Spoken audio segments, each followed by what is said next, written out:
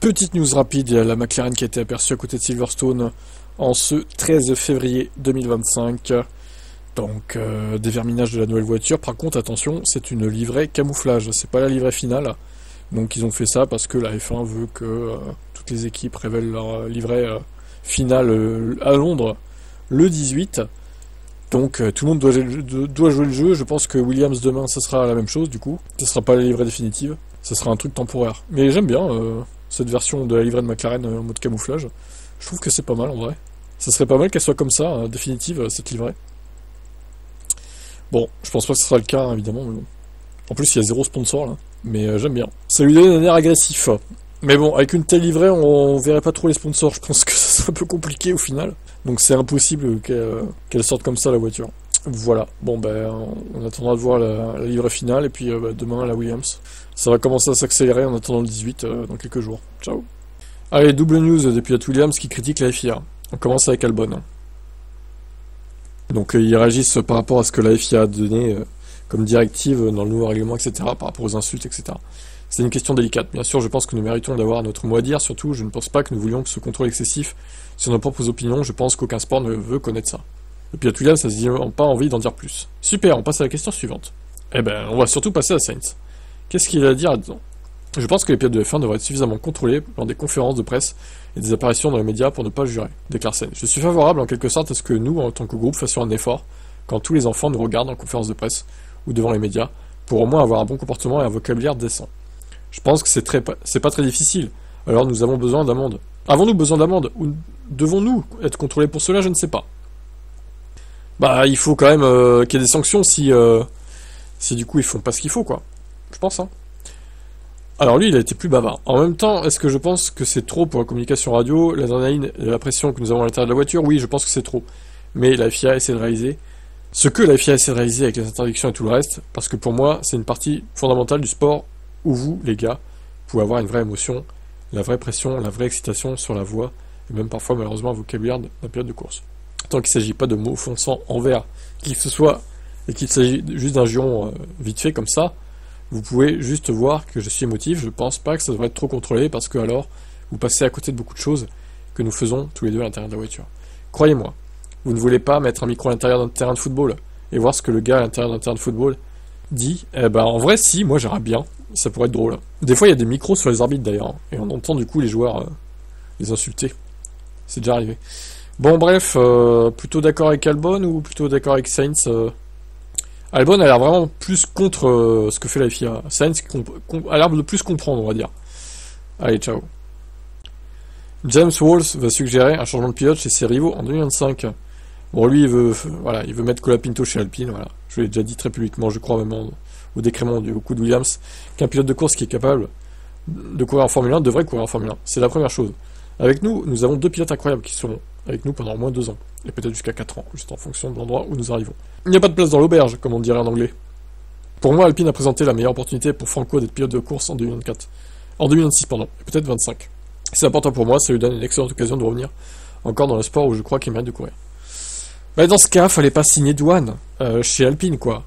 Moi, je veux bien, mais bon, au final, le Douane, là, il va y avoir une pression intense. On va lui donner des objectifs irréalisables, ça se trouve, pour le garder dans l'équipe. Et au final, au bout de 5-6 courses, il va se faire virer au profit de Franco Colapinto. Ils vont trouver la moindre excuse pour le virer, en fait. Je trouve ça un peu limite. Alors, je suis pas fan de Douane spécialement, mais bon, le pauvre mec, il commence déjà avec un gros handicap, et derrière lui, c'est Colapinto, quoi, qui veut prendre sa place à la moindre des erreurs. Je trouve ça vraiment limite. J'espère qu'ils lui laisseront le temps de faire ses preuves à Douane, et que, voilà, pourra au moins prouver qu'il a sa place en Formule 1. Bon, s'il se crache aux 5-6 premières courses, c'est fini pour lui. Allez, ciao. Un nouveau sponsor s'apprête à payer l'équipe d'Aston Martin uniquement en crypto-monnaie. Waouh, ça c'est étonnant.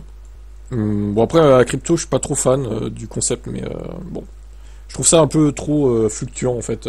Ça varie trop, en fait, pour que j'ai une confiance en ce truc-là. Ce partenariat témoigne de la confiance que nous accordons à l'expertise de Coinbase en tant que leader de finance numérique. En tout cas, les sponsors de crypto-monnaie, ça y va. Hein. Toutes les équipes en ont un. En effectuant ces transactions entièrement USDC, nous signalons notre engagement en faveur de l'innovation, construisant une relation durable et avant-gardiste avec Coinbase. Il s'agit d'une étape importante pour Coinbase, déclare le vice-président du marketing chez Coinbase, qui marque la première fois que nous investissons dans un partenariat sportif en termes de crypto-monnaie. Il s'agit également de nos débuts en Formule 1. Nous sommes ravis d'embrasser une industrie qui valorise tout autant le fait de repousser les limites avec des idées et des technologies transformatrices.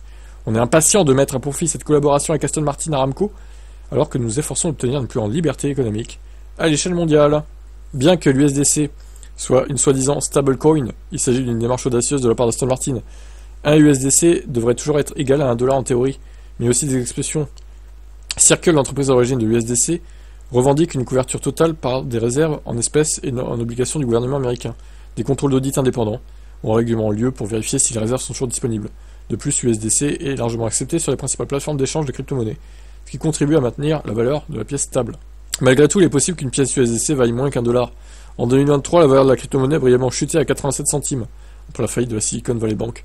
Circle détenait des réserves de cette banque, elles ont rapidement été récupérées par l'entreprise. D'autres baisses peuvent se produire si de nombreuses personnes vendent la crypto-monnaie en même temps, ou si d'autres problèmes surviennent. Généralement, cependant, ces creux sont temporaires.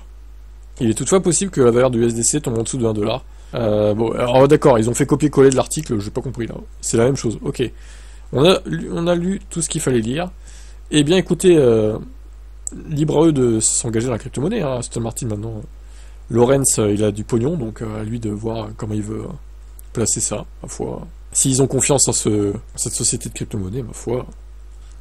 Faites donc. Ciao. Norris veut éviter que Verstappen ne se sacrifie, il en a profité. Il est conscient, Norris, qu'il devra adopter une approche différente s'il veut battre Verstappen au championnat 2025. Pour ce faire, il dit devoir s'assurer que le pilote Red Bull ne puisse pas se sacrifier pour obtenir un avantage. Ah oui, alors, genre en crachant son adversaire, quoi. Norris admet qu'il n'a pas bien géré certaines choses. J'étais tout simplement pas tout à fait au niveau qu'il faut pour courir contre Max. Mais quand on parle de ça, on parle probablement d'affronter l'un des gars les plus durs en attaque-défense que vous puissiez jamais affronter. Comme nous l'avons vu au Mexique, je ne veux pas revenir sur toutes les choses, mais comme nous l'avons vu au Mexique, il s'est très volontiers sacrifié au profit du résultat global. Et quand c'est la mentalité d'un pilote, qu'il s'agisse de Max ou de n'importe quel autre pilote, c'est très difficile d'en venir à bout quand vous avez 50 ou 40 points de retard au championnat. Parce que ça ne sera jamais une victoire pour moi. On est d'accord là-dessus, et ça devrait être interdit, enfin ce qu'il a fait, effectivement. J'ai juste besoin de plus de points dès le début, et j'espère que ce sera l'inverse. Être dans sa position que vous pouvez toujours voir comme la position vulnérable. Et moi, étant en quelque sorte le poursuivant, et le gars qui sait attaquer, peut aussi être vu comme un point positif et négatif. Mais avec sa façon de conduire, les risques qu'il prend, et l'agressivité qui est la sienne, il n'y avait presque aucune chance que je revienne du déficit que j'avais. Il y a eu trop de scénarios reproduisant le Mexique ou reproduisant le Red Bull Ring. Ce genre de choses où nous étions tous les deux en dehors de la trajectoire. Cela lui a probablement plus profité qu'à moi. Je pense pas qu'il faille faire quelque chose de spécial pour essayer de battre Max. Il est rapide, il est agressif. C'est l'un des meilleurs de tous les temps. La solution de facilité, c'est de sortir et d'être un peu plus rapide que lui et de rester devant. C'est le plan le plus évident, tu dois juste être intelligent. C'est la réponse à tout. Ouais, tu dois prendre les points dès le début.